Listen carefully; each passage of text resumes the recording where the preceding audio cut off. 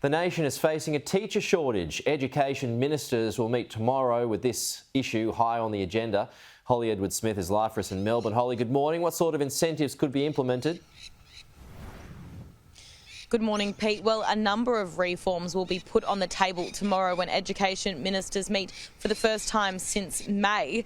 Now, what they're looking to do is detract from a teacher exodus that has been happening across the nation. So things like bonuses, increased wages, and also some incentives to get students studying teaching at university will be put on the table. For example, in New South Wales, the average starting salary for a teacher is just over $70,000, and that maxes out at around $117,000, and that's for teachers who are deemed as highly accredited. But under these proposed reforms, this could be changing and salaries could be going up to around $130,000. That's a number usually saved for teachers with extra responsibilities or positions like assistant principal.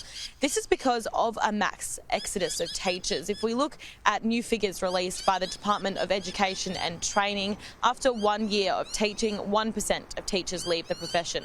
After 2 years, that jumps to 6%, and 3 years up to 9%. So that's a culmination of 3 years of 16% of teachers leaving the industry, and after 5 years, that number jumps to over 20%. This is because of increased workloads and stress, likely associated partly to the COVID-19 pandemic. But really, Pete, this is not a new issue. Between 2017 and 2020, the amount of people enrolling to study teaching at university dropped 8%, and it is being predicted that the enrolment of schools will likely jump 10% in the next decade. So this really is something that the education ministers are hoping to address.